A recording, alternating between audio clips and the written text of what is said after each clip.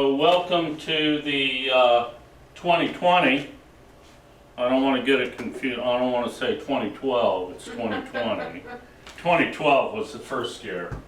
And so we're going to kick this off per the usual every Thursday night in August every year.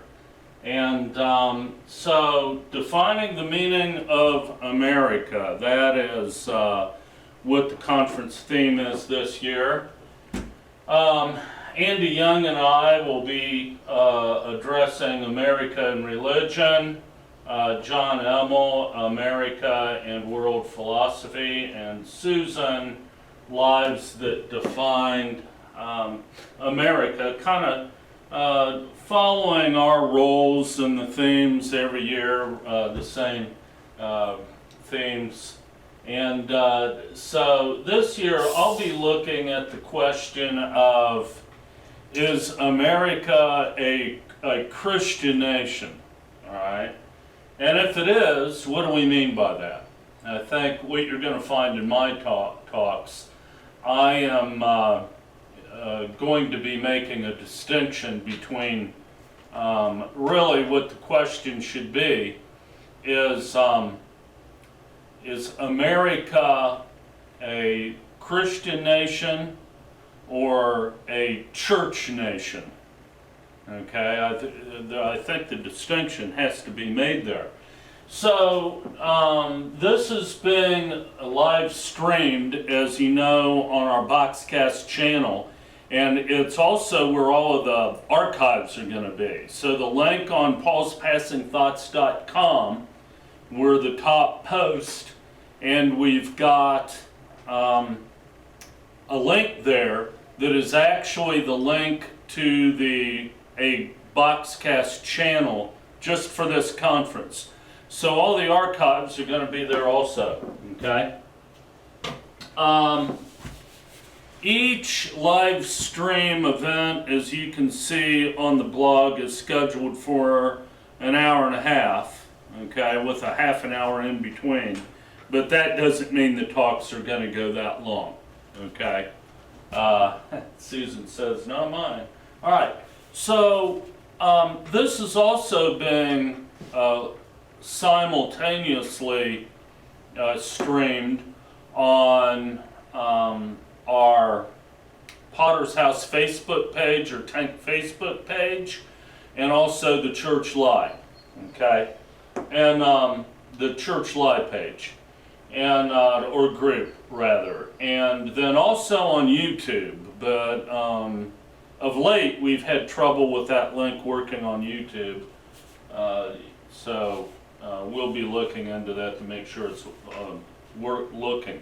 You can make comments or ask questions in the comments sections on YouTube or either of the one group or the one page, or you can send us an email at mail@tank.online. I forgot to put the slide on there, so I'll improvise. That'll work, won't it? Okay. So let's get going here. All right. So how would you define America? Everything we're experiencing in our country right now boils down to being the result of how America is defined, right? More accurately, the worldview or view of reality that interprets America. It is amazing that America is doing as well as it is because Americans are really, really bad philosophers. Most do not think philosophy is important at all right?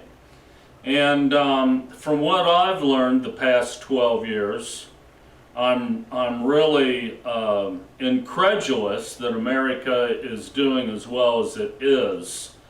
I'm going to share what's ironic about that. The founding fathers of America were grand philosophers, weren't they? Few Americans understand the philosophy they understood that was the foundation of our Constitution and Declaration of Independence. And that's a huge problem. I have said it before and will continue to say it. The only reason the Democrat Party is possible is because of how dumbed down Americans are regarding world philosophy. There is another point here. Religion, as we know it, was founded on philosophers and based on world philosophy. That's the dirty little secret. No institution can boast a propaganda like the Protestant Church and its 5 solas, particularly sola scriptura, or scripture alone. All right? What's that mean exactly? Not what almost every Christian thinks it means. And I will give Catholics some credit there. They are at least much more honest about that, aren't they?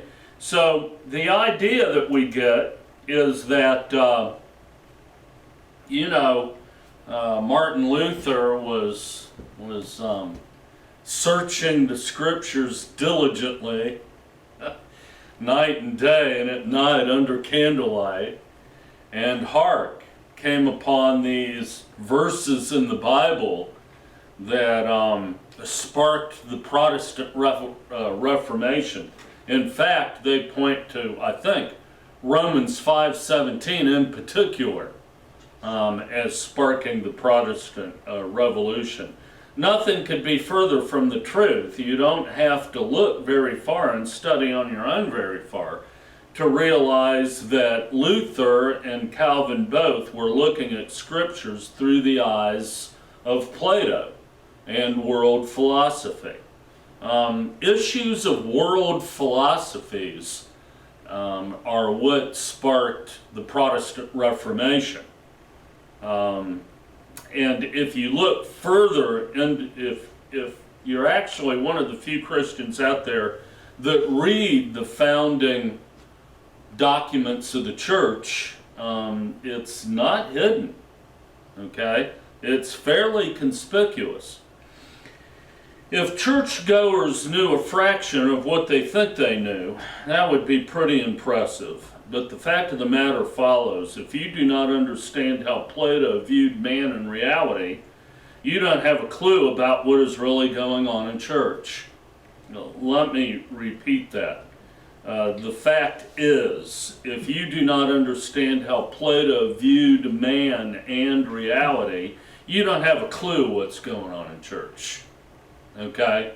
And, I suffer people daily who lecture me about the scripture this and the scripture that, and the, church tradition this, church tradition that. They're clueless.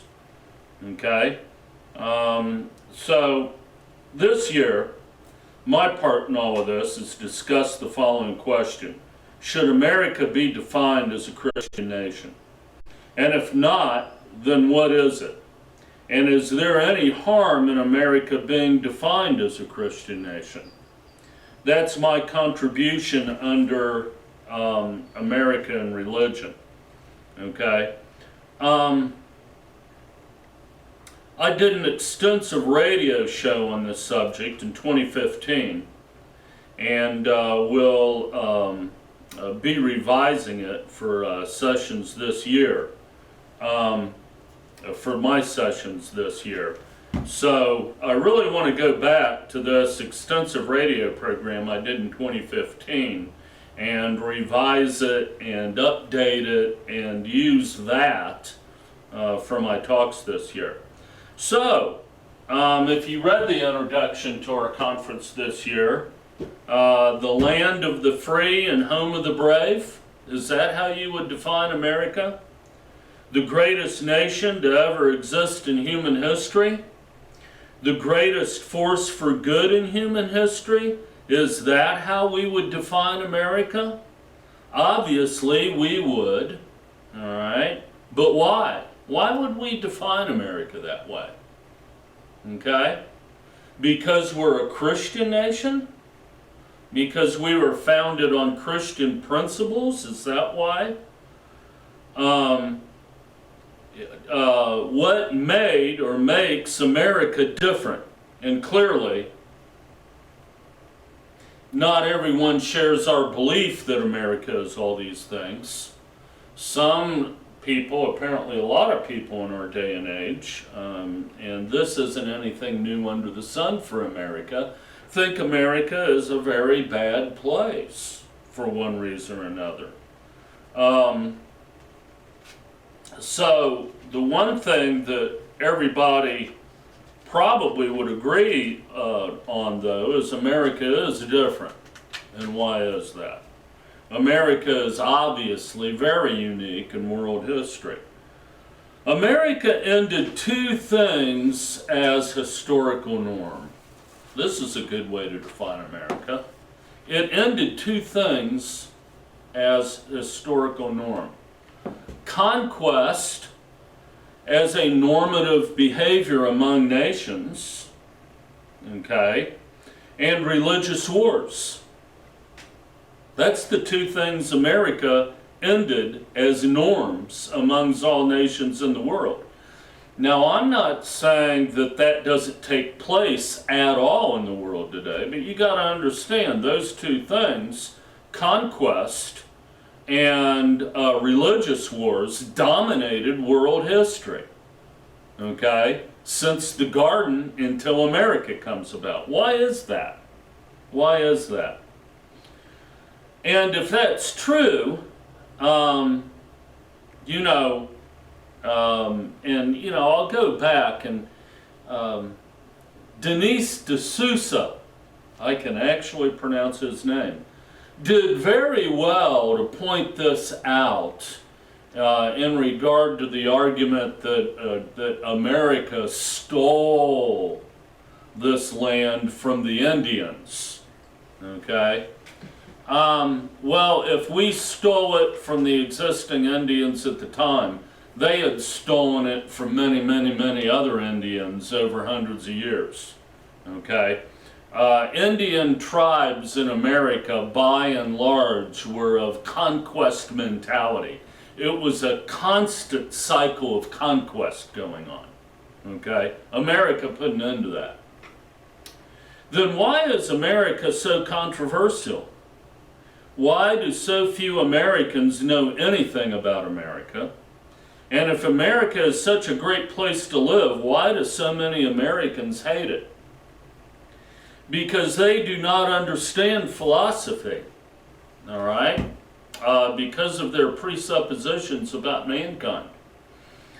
No, the Democrats have not lost their minds. They keep going back to the same failed playbook because of their presuppositions about humanity. And people keep following them because they share that same ideology. All right? So, really, I find myself continually going back to our very first conference. Right? Okay? John Emmel hit on two things in his, and again, we did a lot of work to document that conference. And I think every homeschool home in the United States of America ought to insert that conference information into their curriculum, okay? In that conference, we have the basics that I find myself completely going back to time and time and time again. Now, John hit on 2 points, and I forget how to frame them. He pretty much repeats them every year at the beginning of all his talks, okay? But he asks the question, why do people engage in the same destructive behavior over and over and over again, though it yields the same results? You've heard the saying that, doing the same thing over and over and over again when it yields the same ill result is a good definition of insanity. But yet we see that, don't we? Presently in our culture, we see the Democrat Party engaging in the exact same playbook that they engaged in 1972, and in that election year, and they went on to win one state in the whole electoral college with 17 electoral votes. Okay, McGovern got 17 electoral votes. Nixon got all the rest.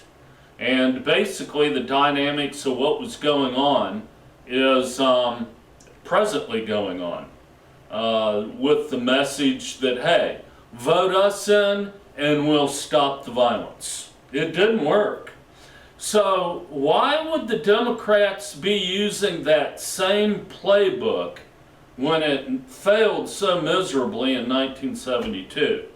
It's an ideology that they embrace, that they're sold on the ideology. The ideology must be right, and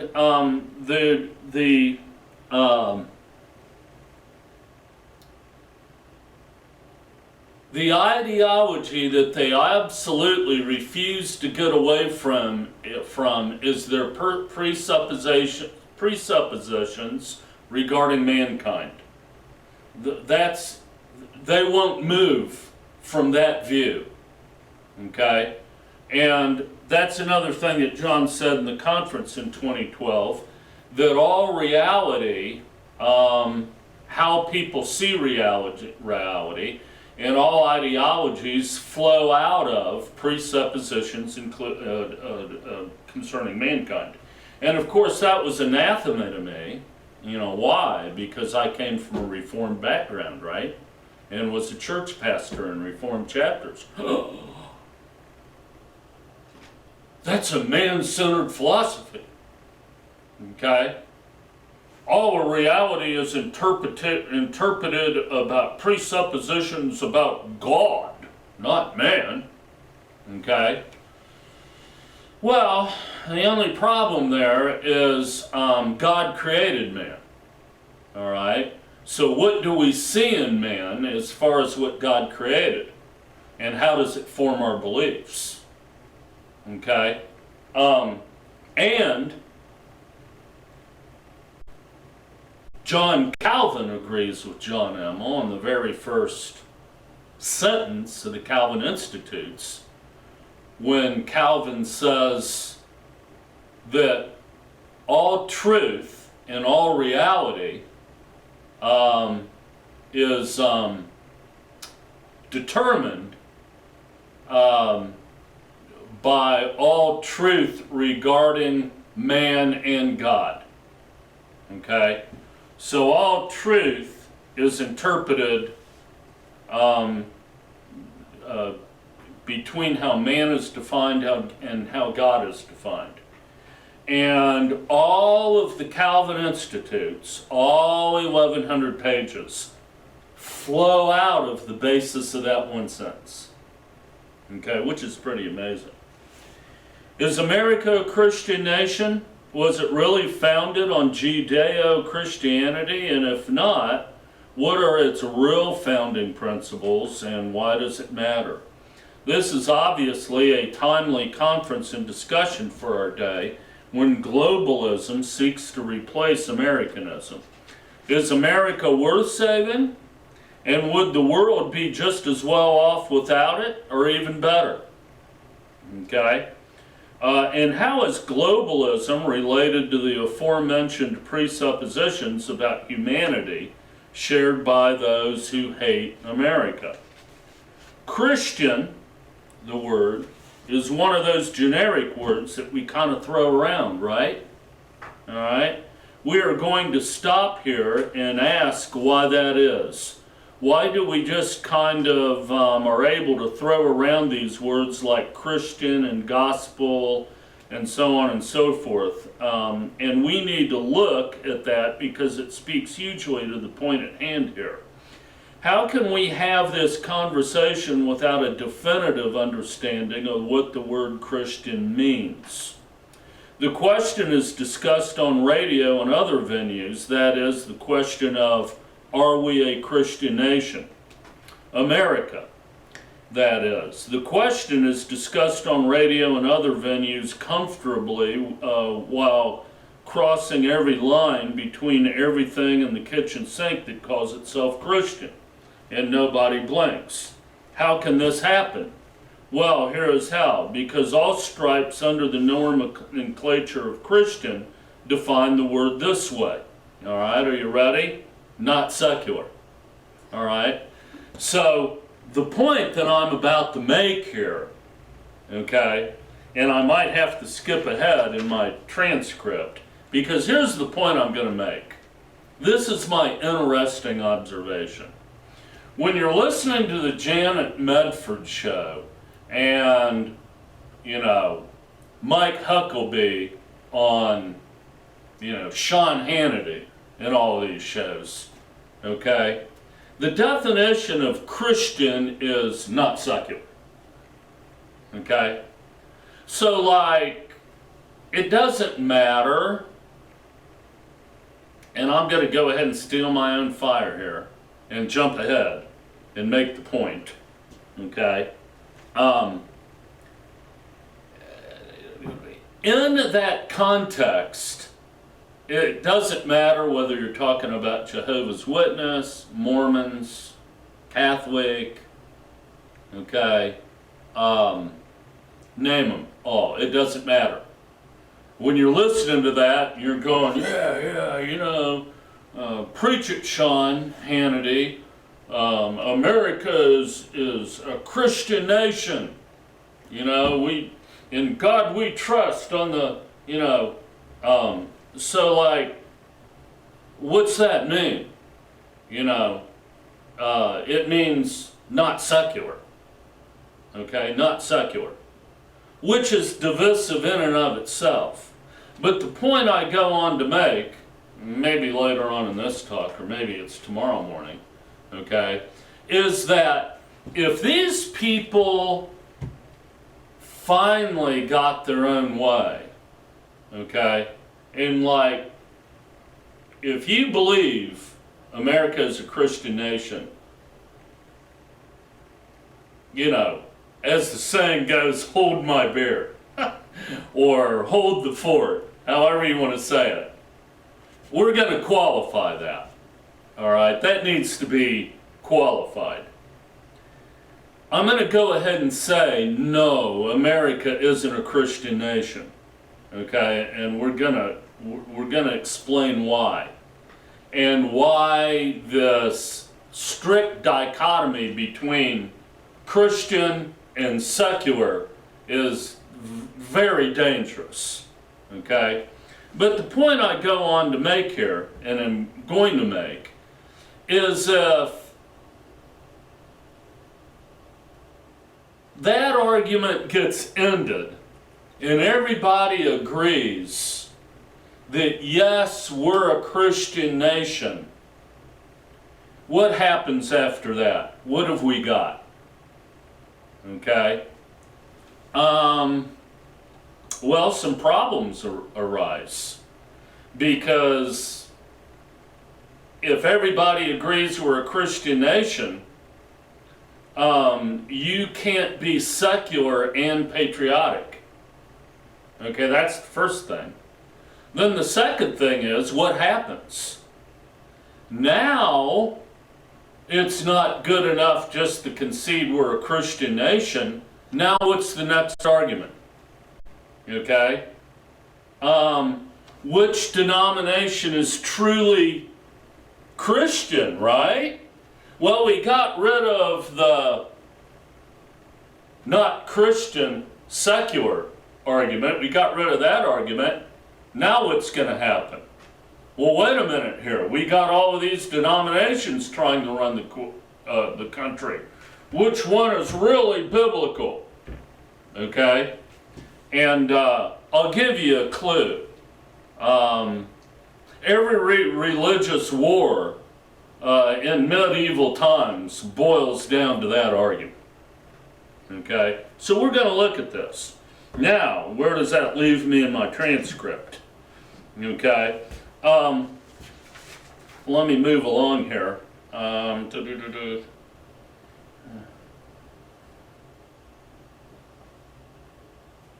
All right, so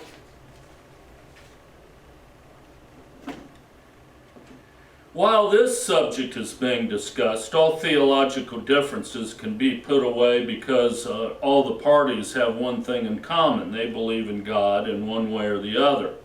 For the time being, they are united against the greater evil, that is, secular, the big S, those who don't believe in God, okay? And as we know, the godless have been out to destroy the godly since the beginning of time. It's really an us against them kind of thing. Yes, as we think, the primary nemesis of the church has been all of these secular people who don't believe in God. Okay, and why don't they believe in God? Well, because they don't go to church. All right? This is so not human history. Do this. Find one account in human history where a secular government persecuted religion. Okay? Well, your answer is probably going to be Marxism. But even if that's true, even if you could use Marxism as an example, Marxism is a parenthetical historical anomaly, and we're going to find out why that is. But let's look at that notion. Marxism is an equal opportunity persecutor when it gets right down to it. That is merely intolerant of different views on how to achieve its proposed utopian goals. I think it's fair to say, for the most part, Marxism doesn't care what you believe. It primarily believes whether or not you give them any trouble or stand in their way. I think John Emmel would probably say all Marxists care about, or socialists, is what your presuppositions about mankind are, or your belief about who man is. Okay? Those who die under its tyranny usually do so as a result of its policies, not a targeted persecution. Its targeted persecution is usually against dissenters. Even if you find fault with my assessment, remember Marxism is primarily a 19th and 20th century phenomenon, okay? Did you ever think about why there's no Marxism before the 19th century? Did you ever think about that and why that happened? And by the way, secular governments in general are really a post-American Revolution phenomenon anyway, the whole idea of secular governments. Before that, church states were the norm. You got that? Before that, church states were the norm. And by church, which is a very handy word with a 5th century etymology, we mean organized religion. Organized church states were always the norm, by and large, before the American Revolution. And again, the whole secular government thing is kind of a post-American Revolution phenomenon. Marxism, or even secular governments, have not been around long enough to earn the recognition of Christianity's primary nemesis. Okay? And again, I've got to point to our first conference, where Susan points out how Billy Graham's claim to fame and rise in power, for lack of a better way to put it, well, yeah, was his anti-communist stance, right? That was the big theme of his ministry. But communism hasn't been around nearly long enough to be recognized as Christianity's number one nemesis, or that is the church as well. Church is defined as a religious institution with an authority structure. So now we're going to define church in that way. By and large, all international violence in human history is predicated by religious intolerance. That's the vast majority of it. And what are we still on? I restarted. Ah, you already restarted it. Thank you. This is a violence that will not even tolerate those who keep their mouths shut and look the other way. Those who have no faith are always a threat to a state ruled by virtuous, invisible powers from above. Before church, it was the great religions and paganism. Okay? So before church comes along, and before the church state comes along, and we've got this term going on now, perpetual war or never-ending war. Before America comes along, we had never-ending wars, and they were all religious wars. Okay? There hasn't been a religious war in America since before the American Revolution. Okay, very few in the world as a whole. When they are, it's little, small skirmishes in third world countries. All right, but before America, religion was the source of never-ending wars, non-stop, all throughout history, along with its conquest mentality, along with it. So, it all starts out, don't you want a government ruled by godly principles? Of course you do. Christian good, secular bad. All right? Those who believe in God, good. Those who don't believe in God, bad. Well, you can't have people running the country who don't believe in God, right? Second step, once they get into power using that ploy, hark. Not all who claim God really believe in God. Then the secular boogeyman that never existed in the first place is now the pseudo-Christian. So it goes, like I mentioned, aforementioned, it goes from this, generic Christian, which means not secular. Then we get into the difference between true Christians and pseudo-Christianity. That's history, period. This is the way it always happens. Depending on what your presuppositions about humanity are, overcoming one division is just going to lead to the next. If America overcomes the secular nemesis, it would move on to religious infighting. Okay? Right now, there is only Republican-Democrat infighting. Just think, we could have infighting that included all the various and sundry denominations instead, if we were a Christian nation, and we would. Okay? And you disagree? In what time in history did that not happen? All right? And invariably, we would. Do you think we have division now? You haven't seen anything if the church ever got back in bed with the government. Now, the question is not simply who believes in God or not, but who has the best theology. As it is, the church itself doesn't even agree. Have you been on any blogs lately? Okay? I mean, they're even debating what the gospel is. Okay?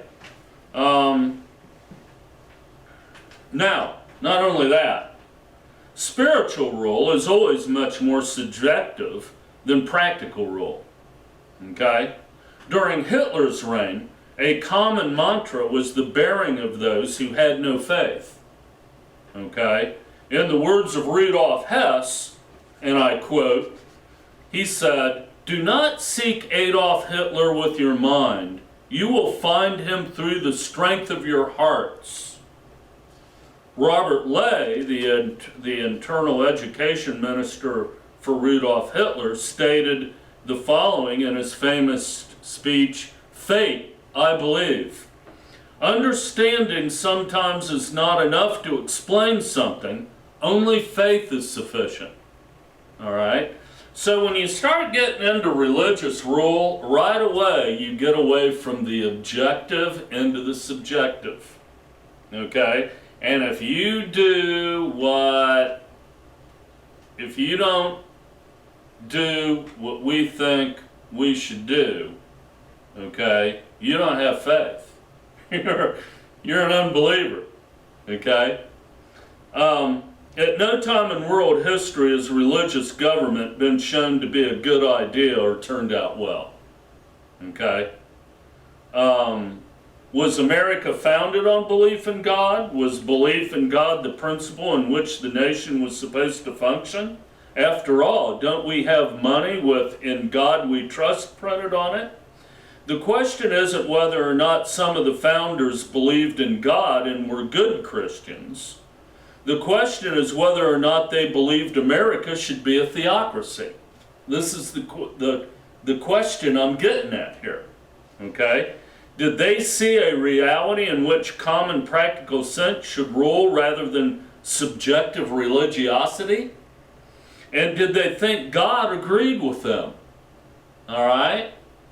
Hey, just maybe God doesn't agree with church running the show. Okay, well, what we're going to see is Lincoln, all of these guys, especially the founding fathers, thought it was a bad idea for church to be running the government and thought very much that God agreed with them totally. You can just hear people screaming, running away now with hands over their ears.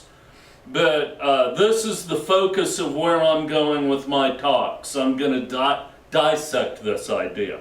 Okay? No, America was not founded on a Godward epistemology meant to dictate the function of government. The founders of the American Constitution were a mishmash of Christians and philosophers with varying beliefs about God and reality. Belief in God was not, I repeat, not the least common denominator that drove their agenda. Belief in God was not the horse that pulled the wagon. The horse that pulled the wagon was the competence of man, the freedom of man, and the fact that these were self-evident. In other words, as far as running the world and governments, the founding fathers of Americanism believed that the right kind of knowledge to do that, and the right kind of knowledge about man, and the right presuppositions about man were intuitive. Okay? Let's read from the opening statement of the Declaration of Independence. It reads as follows. Okay? When in course of human events it becomes necessary for one people to dissolve the political bands which have connected them with another and to assume among the powers of the earth the separate and equal station to which the laws of nature and nature's God entitle them, a decent respect to the opinions of mankind requires that they should declare the causes which impel them to the separation. Now, I'm glad these guys weren't like college professors, let's just put it that way. That would have been a tough class. We hold these truths to be self-evident, that all men are created equal, that they are empowered by their Creator with certain unalienable rights, that among these are life, liberty, and the pursuit of happiness, that to secure these rights, governments are instituted amongst men, okay, deriving their just powers from the consent of the governed. This was a radical idea in human history. Okay, this is the American idea. That whenever any form of government became destructive of these ends, it is the right of the people to alter or to abolish it. and to institute new government, laying its foundation on such principles and organizing its powers in such form as to them shall seem likely to affect their safety and happiness. And this is what is important about the Second Amendment, because according to the American Constitution, if tyranny takes over and starts throwing its weight around, should we pick up arms and take care of business? Yeah, okay. And that would be a hot mess.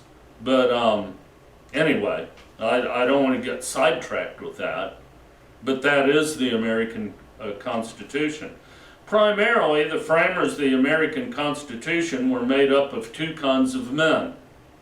Those who believed man is competent and free because God had made him that way. Now listen to this point here, okay? So I'm going to back up. Primarily, the framers of the American Constitution were made up of two kinds of men. Those who believed man is competent and free because God made him that way. And men who believed mankind was competent and free because that fact is self-evident, whether there is a God or not.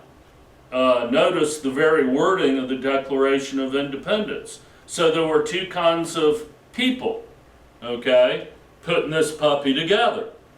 Yeah, man's competent and able to self-rule. That's how God created him, okay? And then there are those that believe the exact same thing, but not because God created man that way, just because that's the way man is. And it's self-evident. Okay? So you see how, whether they were religious or not, and Thomas Jefferson wasn't particularly religious, by the way, okay? They had this core value in presuppositions regarding mankind. God made man free and endowed him with the right to pursue happiness. Competence, of course, is the center. Notice also that a, quote, decent respect to the opinions of mankind is required, and the government is for one purpose and one purpose only: to preserve the right of man to pursue life and happiness. Okay? America is a government by the people and for the people because of God's order of things, not his dictates. Okay? The horse that pulled the wagon was man's self-ownership, competence, and endowed right to pursue happiness. The Declaration of Independence is not because God said so. It is because of what is self-evident and of, quote, facts submitted to a candid world. I love that, okay? Facts submitted to a candid world. That also from the Declaration of Independence. The Declaration of Independence is first and foremost a man-centered document because of how the framers perceived God's orders of things. And so that I'm not misunderstood, I'm going to repeat that. The Declaration of Independence is first and foremost a man-centered document because how the framers perceived God's order of things, i.e., God created mankind as competent beings who can self-govern. Chaos will not ensue, but rather prosperity. Okay? By the way, that idea is completely anathema to anything church, whether Protestant or Catholic, but much more on that later. So we're going to read a little bit further from the document. In every stage of these oppressions, we have petitioned for redress in the most humble terms. Our repeated petitions have been answered only by repeated injury. A prince whose character is thus marked by every act which may define a tyrant is unfit to be the ruler of a free people. Okay? Nor have we wanted, now you know there's a big discussion going on in our day of what a tyrant is and what constitutes tyranny, right? Alright? Nor have we been wanting in attentions to our British brethren. We have warned them from time to time of attempts by their legislature to extend an unwarrantable jurisdiction over us. We have reminded them that of the circumstances of our immigration and settlement here. We have appealed to their native justice and magnanimity, and we have conjured them by the ties of our common kindred to disavow these usurpations, which would invariably interrupt our connections and correspondence. They too have been deaf to the voice of justice, and this word is an interesting word, consanguinity, something like that. We must therefore acquiesce in the necessity which denounces our separation and hold them, as we hold the rest of mankind, enemies in war, and peace friends. We therefore, the representatives of the United States of America and General Congress, assembled appealing to the Supreme Judge of the world for the rectitude of our intentions, do, in the name and by the authority of the good people of these colonies, solemnly publish and declare that these united colonies are, and of right ought to be, free and independent states. That we are absolved from all allegiance to the British Crown, and that all political connection between them and the state of Great Britain is and ought to be totally dissolved, and that as free and independent states they have full power to levy war, include peace, contract alliances, establish commerce, and do all other acts and things which independent states may of right do. And for the support of this declaration, with a firm reliance on the protection of divine providence, we mutually pledge to each other our lives and fortunes and our sacred honor. Now notice that they declare a firm reliance on the protection of the divine providence. All right? That's the point of reading a lot of that and this. They call on God for his help, but if you back up through the statement, and this is more wording to the reiterate this, what is their authority? What is the authority that the founding framers of the Constitution are pointing to? Here it is. Do, and I quote, do in the name and by the authority of good people of these colonies, solemnly publish and declare. The authority of the Declaration of Independence and the Constitution of the United States of America was the authority of good people and free people. Okay? Let me repeat that. The authority of the Declaration of Independence and the Constitution of the United States of America was the authority of good people and free people. And their assumption is that the providence of God and God himself was on their side. This is stated over and over again in the document, and that said authority is self-evident. They called on God for help, but the authority was based on God's natural order of things and what is self-evident to man. Again, we see that the document and its authority isn't a "thus saith the Lord." They talk about God, they call on God, but in no place in the document do we have a "thus saith the Lord," but rather what is self-evident to man because of how God created man and the rights also endowed by him. The framers pointed to the authority of God's natural order, but notice they do not quote the Bible even once. Okay? One of the shocking realizations finding ground in the minds of contemporary churchians is the anti-American sentiment among new Calvinists that have all but completely taken over the evangelical church. If you know anything about New Calvinist doctrine, would you now be surprised?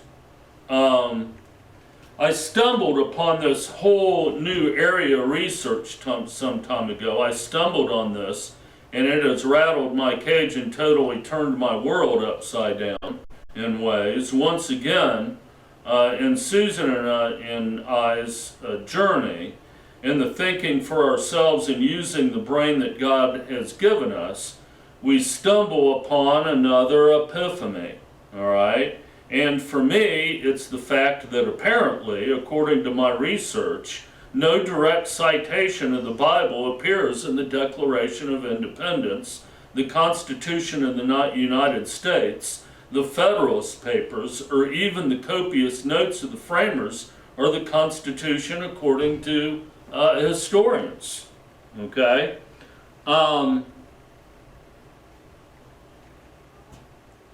I could get into what Thomas Jefferson and others were quoted directly saying, what the foundational documents were founded on, but I'm not going to get into that.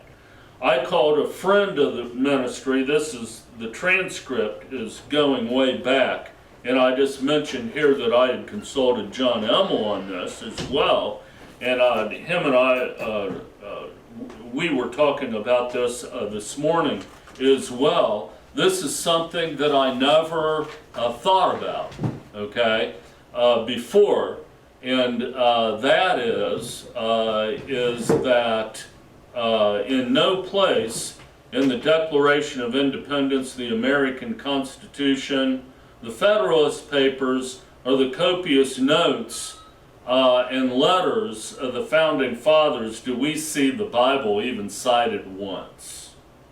Okay? And that is a huge point moving forward. Okay? Hang on to that point that I'm making in this first talk, because it has, it's huge in my next session tomorrow morning in defining the church-American relationship and what's really going on there. Okay?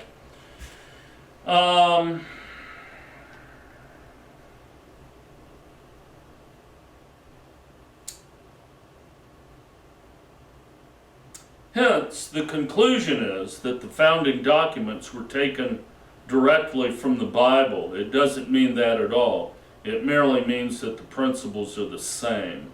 Okay? So, skipping ahead here in my notes, you know, I want to point to the huge problem that we talked to in the beginning of my section about Christianity good, secular bad. Christianity good, secular inept. Christianity good, secular incompetent. On and on and on and on. Susan, I think to this day, testifies to the first 15 years in her career as a school teacher she taught in Christian schools. And the force of proclaiming secular teachers and secular education, the force of proclaiming secular education and secular teachers is utterly incompetent. That force was strong with them, right? That's your testimony, okay? Susan, when she was finally more or less forced for many reasons to get out of Christian education, was shocked to get into secular education or when, secular institutions, and be more tempted to, I think, flip the coin over and look back at Christian schooling being more incompetent than secular in some regards. Okay? Correct me on that if I'm wrong. That's not true. Actually, there's this integration of God's image that crosses over Christianity and the secular. Okay? And that's what the framers of the Constitution recognized. All right? Now let me give you an example of this. And I'm going to conclude. So I'm going to conclude with beginning to discuss interpreting the relationship between church, church versus forms of Christianity, or the word Christian versus the word church, and the relationship of those two words with Americanism and America as a country. We're going to begin to dissect that. And I want to begin to dissect this in regard to what we're really talking about when people are continually pounding the pulpit about America being a, quote, Christian nation. And a lot of people have fallen into this. I mean, even Rush Limbaugh, who I have total respect for, thoroughly, has fallen into this trap of, America being founded by Puritan principles, okay? And wrote a series of children's books about this.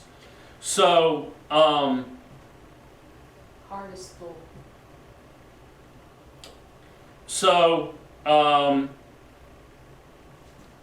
any rate, I want to begin doing that through an organization run by a David Barton called Wall Builders. Okay? They're a research institute of sorts that is really focused on all of this America is a Christian nation thing, okay? So we're going to begin to see what's really being talked about in regard to this, okay?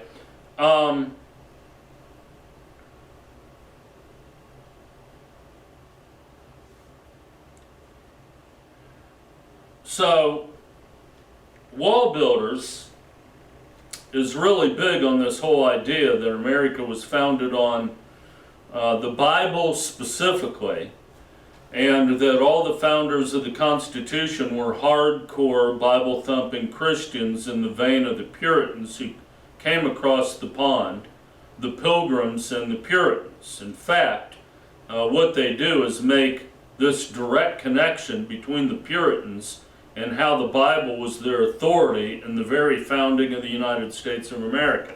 Let me repeat that. The point they're making is there's this direct connection between the Puritans and how they used the Bible as their authority in the very founding of the United States of America.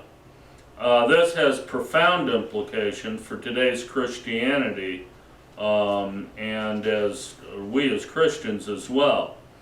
Now, what I'm going to do, okay, is I'm going to, in wrapping up here, I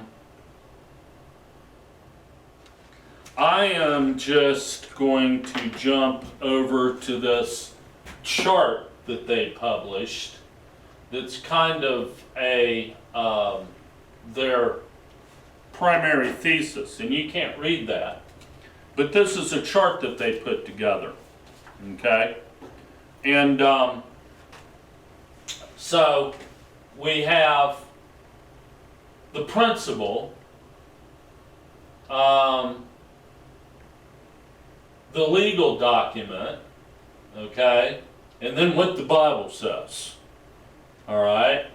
So we got the principle, all right, and then we've got, you know, these founding documents in this of America, right? Okay? So I can't read that either. So I'm going to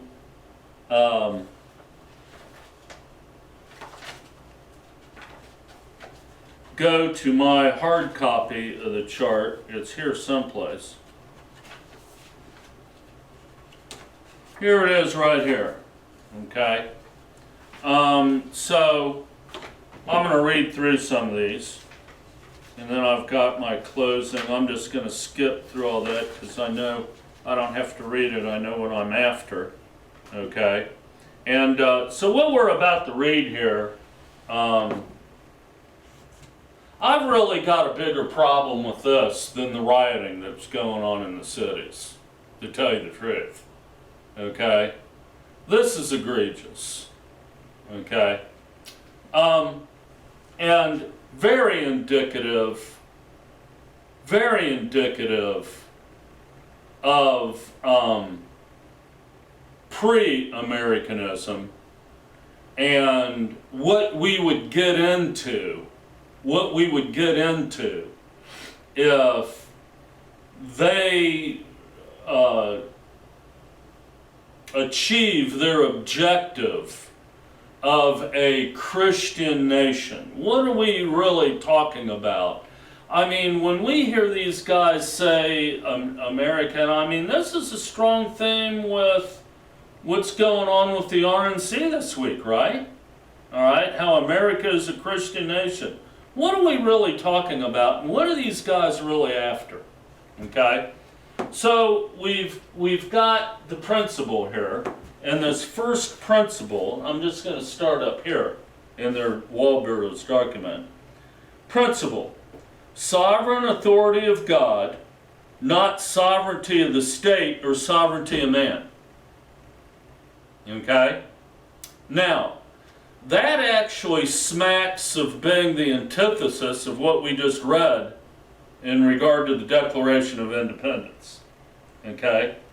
I'm sorry, but let me say it again. The Declaration of Independence in the U.S. Constitution is a man-centered document. Okay? But that's not all bad. It's not Christian good, secular bad, because all men are created in the image of God. All right?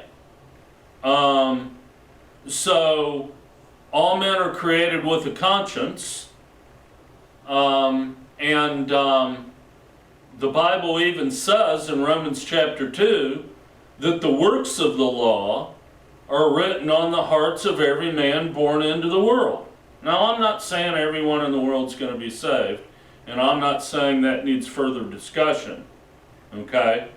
But let's look at what these guys do. So, I just read the principle, right? Yes. Legal document. Mayflower Compact. Declaration, Constitution, currency, oaths, mention of God in all 50 state constitutions, Pledge of Allegiance. Okay? So basically what they're saying here, and then they cite all these Bible verses. Okay? None of those Bible verses are any of an American's documents. Now the Mayflower Compact was put together by the Pilgrims, right?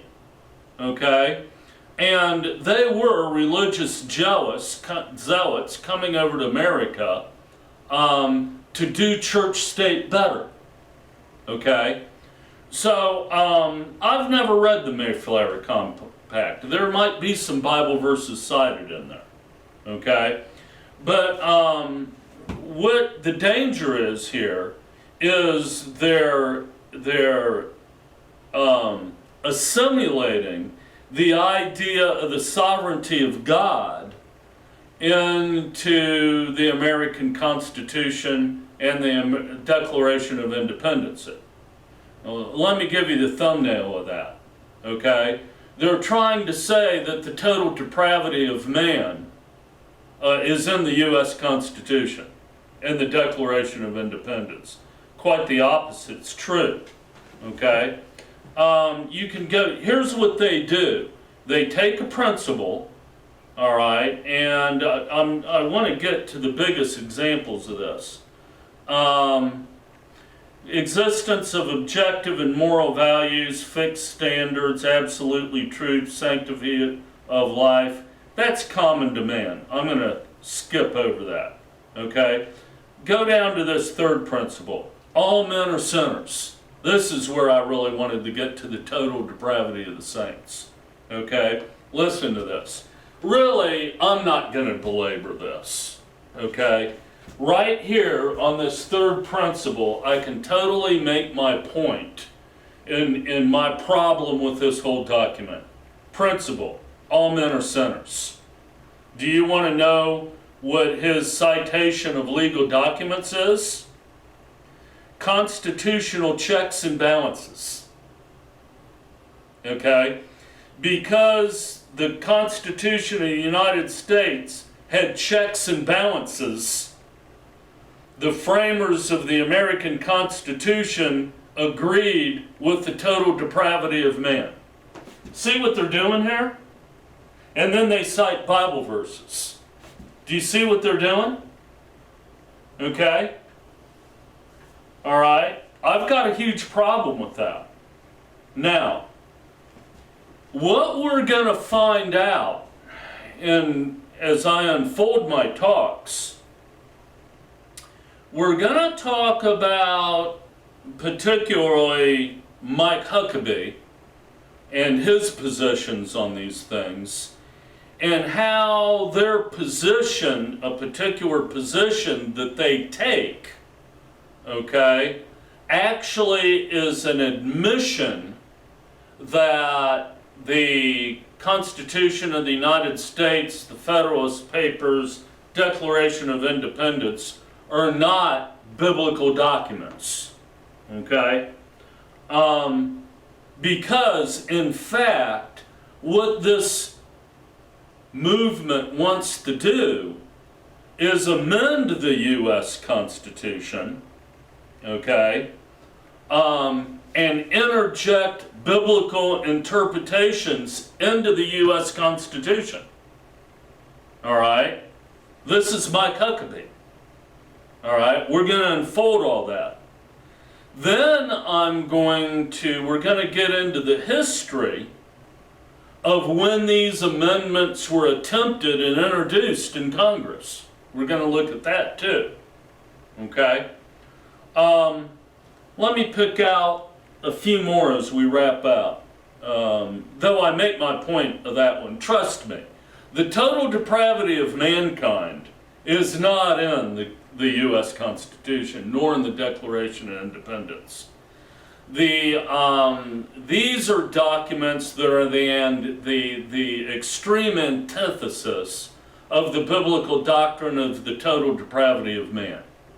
Okay? But you see what they're trying to do here. The principle is all men are sinners. Okay? And look, hark. Does the Constitution not have checks or balances? See, oh, come on, name a few. Thomas Jefferson, Madison, Benjamin Franklin. See, all of these guys knew that man was totally depraved. That's why there's checks and balances in the U.S. Constitution. This is abhorrent deception, okay? And again, you may find this statement shocking. I've got a bigger problem with this than, what's going on presently with anarchists. Okay, at least anarchists are in your face and totally honest about what they're trying to do. Okay? You know, there's no possibility of stuff being set on fire. There's the fires. Okay?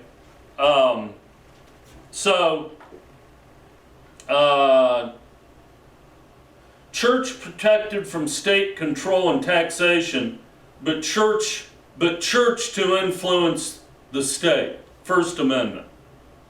See the deception there? Okay? Separation of church and state was to keep church out of government. And we're going to look at, you know, what happens 10 years after the end of the American Revolution. The Puritans are trying to weasel back and get their church state back. And we're going to find out what the framers of the Constitution, I'm not for sure the Constitution was even completed that 10 years after the American Revolution, but at least the Declaration of Independence, the signers there, the framers of that, how they push back about against that. Okay?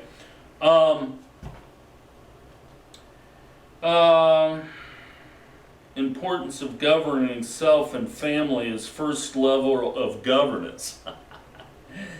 All right. First, Second, Ninth, and 10th Amendments, and then they cite these Bible verses. No. Self-governance was the only level. Okay? There wasn't this caste thing where, you know, Christ is over everything and the husband is over the wife, and you know, you've seen it. Okay? And the church is in there someplace, and pastors are in there. Okay, no, there's no caste systems. Fair trial, biblical liberty, free enterprise, biblical capitalism, importance of the traditional family. Okay, here's a good one. Importance of the traditional family.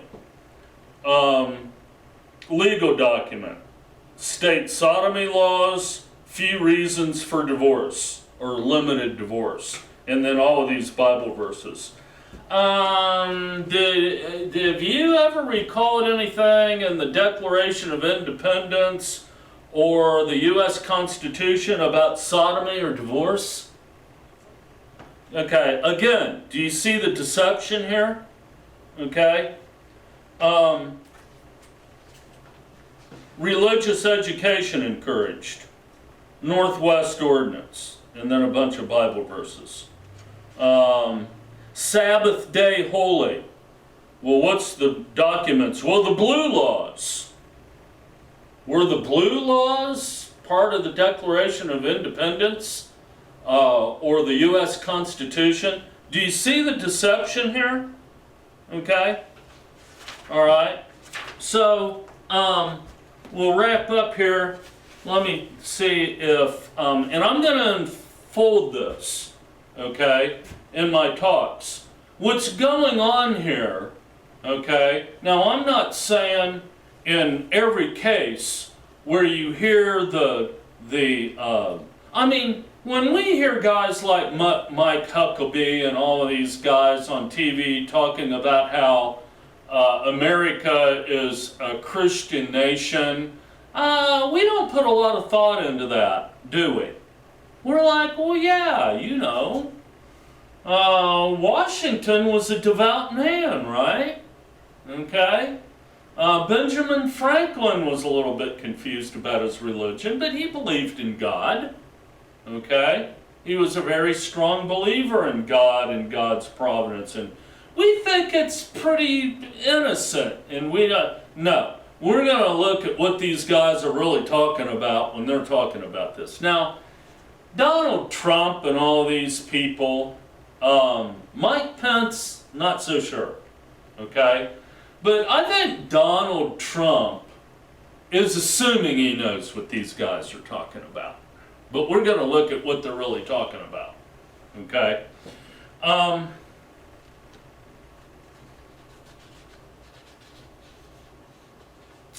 just going to read these last two paragraphs and we'll close out the first session. Okay? And we're going to start back up in the morning. My contention is that what's going on here is that the Bible contains the same principles that the framers of the Constitution believed in, because guess what? Secular principles are often the same principles as the Bible. We're going to discuss that. But what I'm saying here is there are common principles between secular and Christian, and we're going to get into that later. But see what they're doing here. They are likening the same principles to direct citation of the Bible. And the problem with that, with the Bible, and the Bible being our authority, and by golly, our nation should be structured around the authority of the Bible, or as Mike Huckabee saying, God's law is higher than man's law. Who be the interpretation of all that? Last time I checked, there's a lot of different interpretations about what the Bible says about stuff. Okay? And that right there, when you get into that, it sounds good. But in every time it's been tried in history, and in every single instance where it was the norm in history before America, it was nothing but a hot mess. Okay? Now in the same article, and let me kind of squeeze this in, I don't want to confuse, but the huge problem with this is they're taking the reality that in the secular realm there aren't really the same principles as there are in the Bible. Okay? This is a strict dichotomy viewpoint. Church good, secular bad. Okay? Church good, smart, competent, all wise, secular incompetent. Okay? Therefore, we've got to take all of the founding principles of the United States of America and make those biblical principles and strip any secularism whatsoever out of the founding of the United States of America. And we're going to find out why that's a huge problem in this profoundly defective worldview. Any questions or comments? All right. I will wrap up this session then. Okay?